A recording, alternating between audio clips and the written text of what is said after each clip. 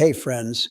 Today, we're diving back into what's exploding in the Middle East and how it hits you right in the wallet. From the gas price at your pickup truck pump to the safety of your kids and America's future as the world's top dog. You know, I always say we're not living in a bubble.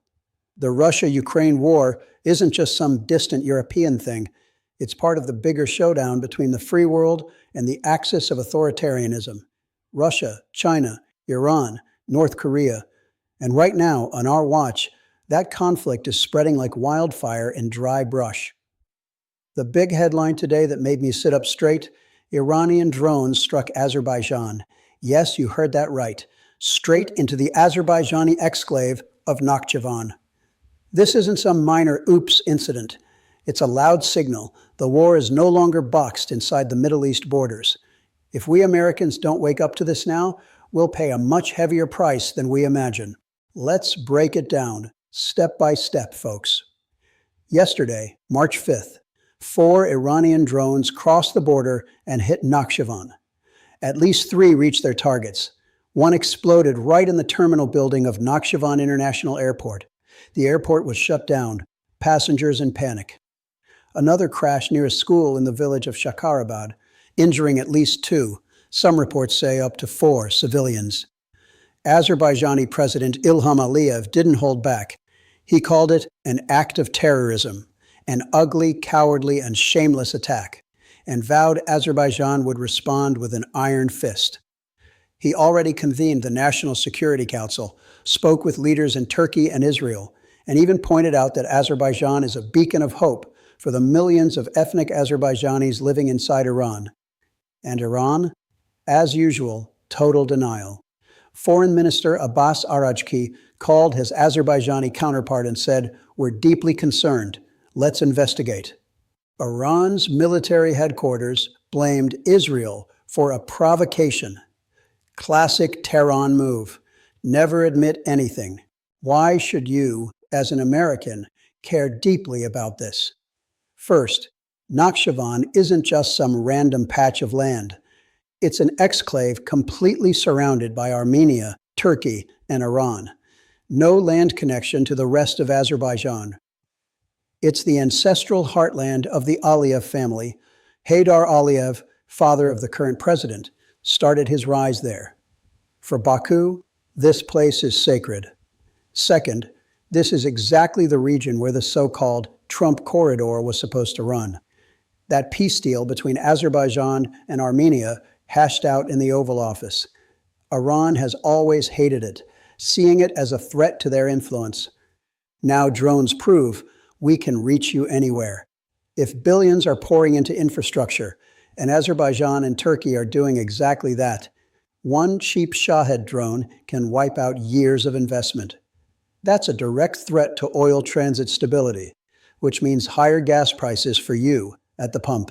Aliyev is already threatening Tehran and hinting, "Touch us and we'll remind you of the 20 to 30 million Azerbaijanis living in Iran, in the West and East Azerbaijan provinces."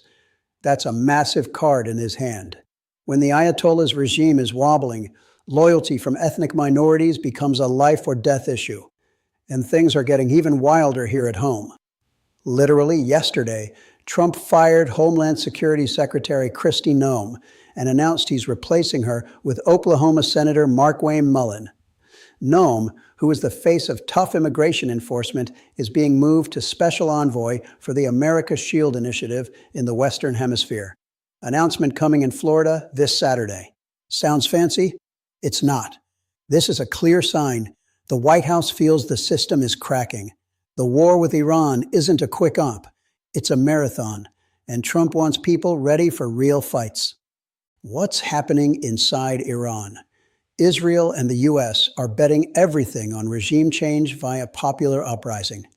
Israel's defense minister said yesterday in an interview, "We want the Iranian people to topple the Ayatollahs themselves." Enter the Kurds. The U.S. and Israel are floating the idea of Kurdish units from Iraq crossing into Iran to set up something like an autonomy zone in the north, similar to what happened in Syria. Trump has publicly said, "If the Kurds want it, I'm in." But there are huge caveats. First, the Kurds themselves don't fully trust Washington. They've been burned before.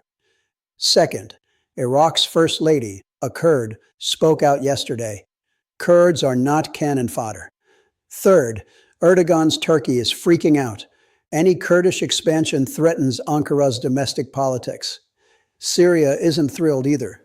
Their fragile balance with Kurds would collapse. Iran's President Pezeshkian already thanked Kurdish provincial governors for cracking down on separatism. Folks, let's be real. This isn't somewhere over there. This war is already costing American taxpayers close to $900 million a day. The main headache isn't missiles. Iran burned through as many missiles in days as Ukraine did in 4 years. American and Israeli air defenses are holding, but they're insanely expensive. Iranian drones, cheap as dirt. They churn them out by the hundreds. And here's where Ukraine enters the picture. Just yesterday, President Zelensky said, "The U.S. asked us for help countering drones. We're ready with experts, tech, everything we've got." Trump replied, "We'll take help from anyone." But you could see he was annoyed, back to calling Zelensky a problem for peace. I get the stress on the president, but let's face facts. Ukrainians have been fighting Iranian drones in real combat for 4 years. They're the only military on earth that truly mastered cheap, effective ways to down shahheads. Russians, Chinese, Iranians.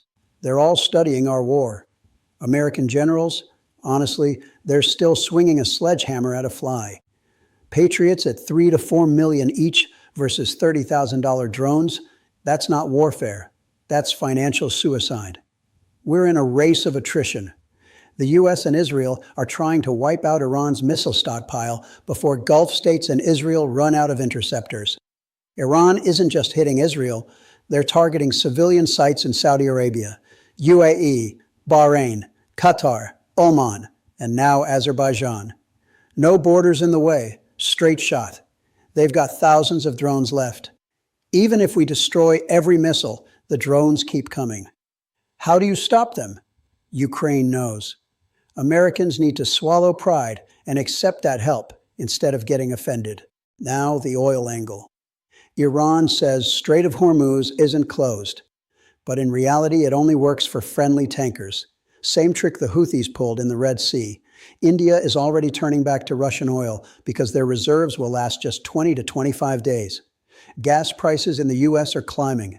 If this drags on, your paycheck at the pump vanishes into thin air. This isn't theory, it's happening now. Trump wants a fast win. He says Iran has nothing left but courage.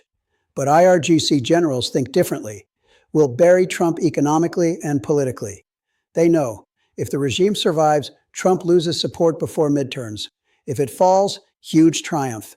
Question, is the White House ready for every scenario? Is there a plan B if no popular uprising happens? Right now, Trump's reality seems disconnected from the ground. The U.S. Embassy in Kuwait just shut operations. Staff don't feel safe. Look bigger, friends. This isn't just U.S.-Israel versus Iran. It's a test for the entire free world. Let Iran destabilize the region. And tomorrow, China does it to Taiwan. North Korea to the south. Japan, South Korea, Taiwan are watching our experience thinking, are we ready? American bases aren't protection anymore. They're targets. Iran hits them without fear. Just like Ukrainians hit Russian airfields and factories. The world has changed. The only army that really gets modern drone and precision warfare? Ukraine's armed forces. Americans need to learn from them, not pretend we've got it all under control. On Israeli intelligence, people ask, how did Mossad miss the drones? They're legends. Mossad excels at human spies, hacking, decades of work. They even hacked Iran's traffic cams that monitor hijabs. But drones are a brand new reality from the last few years. Israel was used to Hamas and Hezbollah rockets. Iranian Shaheds? That's the lesson Ukraine has been teaching the world for 4 years. Israelis didn't study our war closely enough. Big mistake. Same as October 7th, 2023. Reason? Netanyahu values loyalty over competence. Today, Trump even demanded Israel's president pardon Netanyahu. Impossible without admitting guilt. Reality, defend your country while under trial. Can Trump get impeached over this war? No. Senate already backed presidential war powers without Congress. Democrats tried, failed. But after midterms, if Dems take the House or Senate, they'll find a reason. Question is whether this war becomes that reason. Most important, why Ukraine ties in. Iranian drones killed Americans? No, they killed Ukrainians. Iran supplied Russia with Geron, same Shaheeds, and we found them even in UAE with Russian markings. Iran helped Russia kill Ukrainians. Now the same Iran hits American interests. Ukraine is the live lab of modern war. When they offer a hand, Trump gets irritated. Truth? Without Ukrainian know-how, America wastes tens of billions on failed tries. We fight upgraded Russian drones and win. Iranian ones are simpler. So Americans, let's be honest. We don't want the U.S. to lose. We want the most brutal regime today. Hands stained with Iranian, Israeli, Lebanese, Palestinian, Ukrainian blood.